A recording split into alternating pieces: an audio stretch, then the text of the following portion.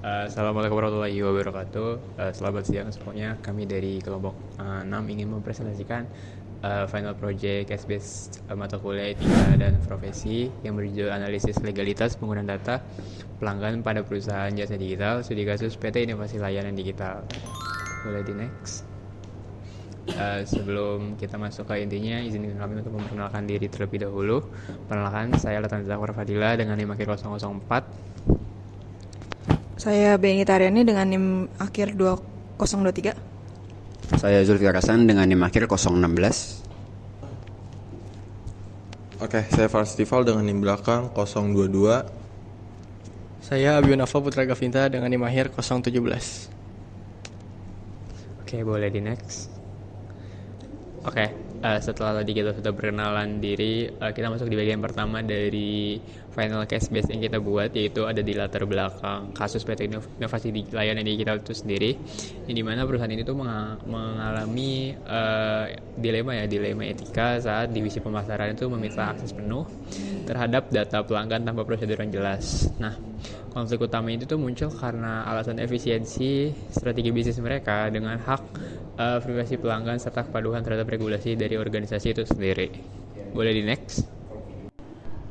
Oke, setelah kita tadi udah ngebahas tentang latar belakangnya, sekarang kita mau coba untuk membandingkan aturan organisasi dengan yang sebenarnya terjadi di lapangan.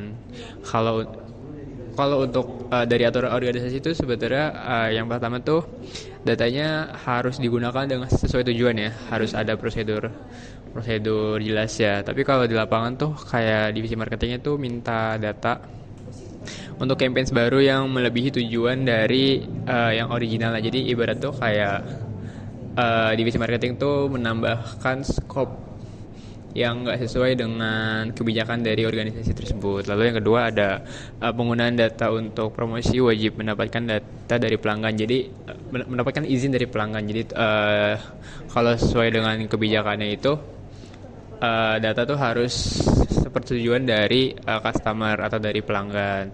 Itu untuk kebijakan internalnya tertulis seperti itu. Tapi kalau di kejadian lapangan tuh kayak divisi marketing itu bisa ngakses langsung gitu tanpa izin pelanggan. Jadi tanpa aba-aba si divisi marketing itu yang jadi di lapangan itu bisa langsung akses data pelanggan. Lalu yang ketiga ada ya pegawai hanya bisa mengakses data sesuai wewenang dan fungsi kerja. Jadi yang namanya data tuh pasti, apalagi yang namanya di perusahaan itu pasti punya hak akses, bukan hak akses ya, lebih ke aksesnya masing-masing. Misal kayak pegawai yang hanya bisa mengakses data tertentu, terus manajer bisa mengakses data lebih banyak dibanding karyawan biasa, lalu supervisor juga itu sama.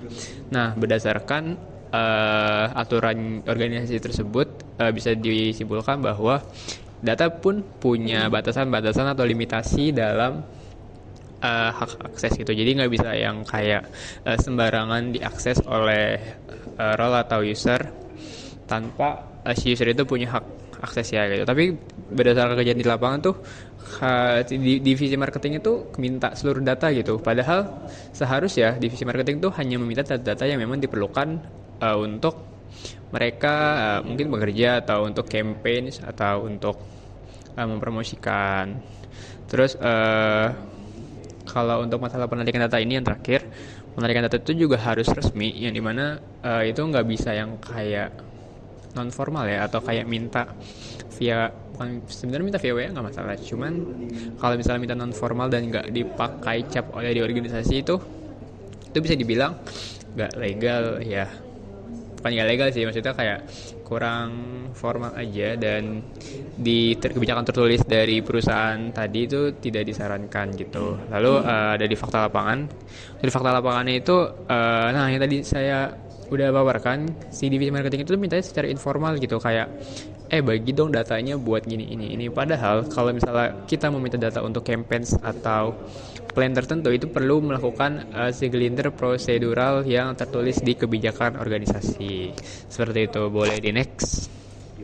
Oke, selanjutnya di sini ada rumusan masalah dan tujuan. Jadi apa aja sih rumusan dan masalah dan tujuan dari proyek yang udah kita buat. Jadi untuk rumusan yang pertama itu jenis data apa saja yang dikelola oleh PT Inovasi Layanan Digital. Lalu yang kedua bagaimana tingkat sensitivitas dan akses setiap data. Lalu selanjutnya ada aturan organisasi, apa aja yang harusnya ada di dalam PT Inovasi Layanan Digital. Selanjutnya itu apakah permintaan data oleh divisi marketing sudah sesuai oleh prosedur, dan yang terakhir apakah potensi pelanggaran dan risiko apa aja yang akan bisa muncul di PT Inovasi Layanan Digital ini. Nah, selanjutnya di sini ada tujuan. Yang pertama ini ada mengidentifikasi dan mengklasifikasikan jenis data. Lalu selanjutnya menganalisis aturan organisasi dan legalitas penggunaan data. Dan terakhir itu ada menyusun rekomendasi perbaikan tata kelola data. Oke, di sini selanjutnya ada landasan teori dari PT Inovasi Layanan Digital yang udah kita buat untuk analisis etika ini. Yang pertama itu ada etika profesi teknologi informasi, yang dimana prinsip moral yang mengatur profesional TI dalam mengelola data, tanggung jawab, kejujuran, keamanan informasi, dan perlindungan privasi. Lalu yang kedua di sini kita menggunakan landasan teori legalitas penggunaan data, yang dimana data hanya boleh digunakan sesuai tujuan awal. Penggunaan lain wajib ada persetujuan tambahan dari pihak pemilik data. Lalu yang ketiga di sini ada UU Perlindungan Data Pribadi atau yang disingkat UU PDP, yang dimana mewajibkan perusahaan menjaga kerahasiaan data dan bertanggung jawab jika terjadi kebocoran atau penyalahgunaan. Lalu selanjutnya di sini ada hak akses dan konsen, yang dimana tuh hanya pihak berwenang yang boleh mengakses data. Pemilik data itu harus memberi izin sebelum datanya digunakan untuk tujuan lain. Dan yang terakhir di sini ada risiko pelanggaran, yang dimana kebocoran data, penyalahgunaan identitas, kerugian finansial, hingga hal-hal yang mungkin bisa menjadi risiko akan menyebabkan adanya risiko pelanggaran data ini. Oke, sekarang kita masuk ke deskripsi kasus. Itu ada PT Inovasi Layanan Digital adalah perusahaan jasa pemasaran digital yang mengelola berbagai data pelanggan dan data internal perusahaan. Jadi permasalahannya itu muncul ketika divisi marketing meminta akses penuh ke data pelanggan untuk promosi produk baru, pengiriman pesan, massal, analisis perilaku, dan penawaran kerjasama dengan mitra eksternal. Nah, dari deskripsi kasus ini ada 3 masalah utama. Itu yang pertama, permintaan data itu dilakukan tanpa prosedur resmi. Terus yang kedua itu tidak ada persetujuan tambahan dari pelanggan. Dan terakhir itu ada sebagian data berasal dari pihak ketiga tanpa kejelasan izin pengguna. Boleh next? Oke, kita langsung masuk ke slide berikutnya. Itu ada identifikasi dan klasifikasi data. Di sini kita bisa lihat ada table yang berisikan 3 kolom, yaitu ada jenis data, ada contoh, dan ada tingkat sensitivitasnya. Yang pertama itu ada data pelanggan yang berisikan nomor telepon, email, dan juga alamat. Nah, tingkat sensitivitasnya itu sangat tinggi. Terus yang kedua itu ada data transaksi. Di sini contohnya itu ada riwayat pembayaran dan metode pembayaran. Dan tingkat sensitivitasnya itu kalau untuk data transaksi nggak sangat tinggi tapi tinggi. Dan yang ketiga itu ada data keluhan. Contohnya itu ada riwayat komplain, kritik, dan juga saran. Untuk tingkat sensitivitasnya itu dia sedang masuknya. Terus yang keempat itu ada data pegawai internal. Untuk contohnya itu ada identitas, jabatan, dan juga sistem. Untuk tingkat sensitivitasnya itu sangatlah tinggi. Terus yang kelima itu ada data analisis perilaku. Untuk contohnya itu ada prevensi pola pembelian. Untuk tingkat sensitivitasnya itu ada tinggi. Dan yang terakhir itu ada data pihak ketiga. Untuk contohnya itu ada data vendor atau mitra promosi. Jadi untuk tingkat sensitivitas dari data pihak ketiga ini sedang. Boleh di next? Oke, selanjutnya di sini saya akan menjelaskan untuk analisis aturan dan legalitas yang ada. Jadi kan dalam kasus ini ada beberapa hal yang belum tercapai atau maksudnya dilanggar gitu kan. Salah satunya permintaan data harus melalui prosedur yang ada, prosedur resmi, terus hak akses dibatasi sesuai jabatan dan kebutuhan kerjanya. Terus juga ada seluruh aktivitas penggunaan dicatat dan dalam sistem yang ada gitu, jadi gak sembarangan aja. Terus selanjutnya yang terakhir, data pelanggan tidak boleh dibeberkan secara umum, apalagi ke pihak eksternal gitu kan, yang di luar dari keperluan yang ada. Nah, kalau dari sisi legalitas atau berdasarkan UU PDP, penggunaan data pelanggan untuk promosi layanan baru dan kerjasama eksternal ini harus dilakukan dengan persetujuan. Kan tadi tanpa persetujuan ya. Jadi berpotensi banget untuk melanggar ketentuan dan perlindungan hak data pribadi. Ditambah lagi sebagian data diperoleh dari pihak ketiga dan tanpa persetujuan izin kejelasan dari orang tersebut. Ini jadi semakin memperkuat untuk pelanggaran yang ada. Boleh di next. Nah, ini beberapa pelanggaran sama resikonya. Jadi kan kalau ada pelanggaran pasti ada resikonya. Salah satu pelanggaran pertama itu permintaan database yang dilakukan secara lisan tanpa prosedur resmi. Jadi kan dari pihak marketing, dari bisnisnya terus minta, itu kan langsung nggak bisa ya, karena pasti mereka juga menjaga data customer-nya sendiri kan. Jadi nggak bisa sembarangan. Terus data digunakan untuk promosi baru tanpa persetujuan tambahan dari pelanggan. Benar, kalau misalkan kita suatu saat ngasih data kita, terus tiba-tiba data kita dipakai buat promosi yang tiba-tiba kayak misalkan kita nyantumin alamat di produk tersebut, terus tiba-tiba ada orang yang datang ke rumah kita karena tahu alamat kita, itu kan melanggar privasi juga untuk customer-nya kan. Jadi membuat pelanggaran baru. Dan terakhir, tidak ada sistem monitoring dan pencatatan akses data. Selanjutnya, ini kan resiko dari pelanggaran tersebut. Pertama, kebocoran data akibat lemahnya pengendalian akses. Terus ada juga penyalahgunaan data oleh pihak internal perusahaan. Selanjutnya ada pelanggaran hukum karena penggunaan data tanpa persetujuan dari pelanggan ataupun dari pihak yang memiliki data tersebut atau si perusahaannya, bagian IT-nya gitu kan, bagian datanya. Terus menurunnya kepercayaan pelanggan terhadap perusahaan, jelas karena data tiba-tiba dipakai dan tanpa persetujuan mereka, dan nggak tahu kan itu maksudnya data, mungkin emang niat mereka buat marketing, tapi kan yang punya data nggak tahu itu buat marketing gitu. Selanjutnya penyebaran data ke pihak eksternal tanpa kontrol yang jelas itu resikonya gede karena nanti bisa mengakibatkan data-data bocor yang tidak diinginkan. Oke.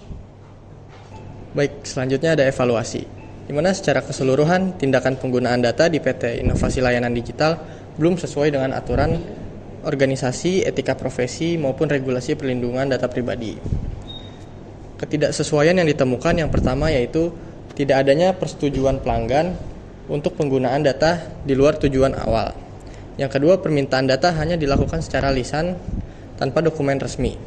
Yang ketiga, hak akses belum dibatasi sesuai tugas dan wewenang masing-masing pegawai.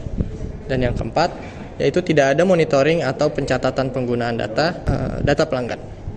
Boleh di next. Selanjutnya, rekomendasi yang dapat dilakukan oleh PT Inovasi Layanan Digital, yang pertama yaitu terapkan SOP yang jelas. Yang kedua, menyediakan formulir konsen atau simpan bukti persetujuan pelanggan di sistem perusahaan agar bisa diaudit kapan saja. Yang ketiga, batasi hak akses berdasarkan jabatan dan divisi. Lalu gunakan akun login pribadi dan lakukan monitoring akses secara berkala.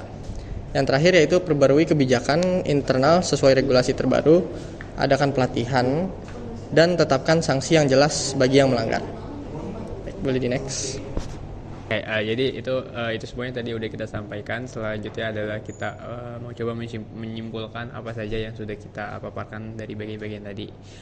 Berdasarkan kesimpulan yang kita tarik dari hasil analisis, pengelolaan data dari data pelanggan di PT Inovasi Layanan Digital memiliki kelemahan serius, yakni mulai dari tidak adanya prosedur resmi, tidak adanya persetujuan pelanggan, hingga lemahnya pengawasan akses data. Nah, semua ini tuh berpotensi melanggar UU UDP dan meningkatkan risiko kebocoran data serta penyalahgunaan data perusahaan harus segera berbenah dan di sisi prosedur, teknologi maupun SDM-nya. Oke, boleh di next. Oke, itu sudah sampai di kesimpulan terakhir tadi. Sepertinya sudah kelar juga apa yang mau kita paparkan. Jadi terima kasih telah melihat dan menonton video presentasi kami. Kami mohon maaf bila ada kesalahan kata maupun salah kalimat. Wassalamualaikum warahmatullahi wabarakatuh. Terima kasih semua. Terima kasih.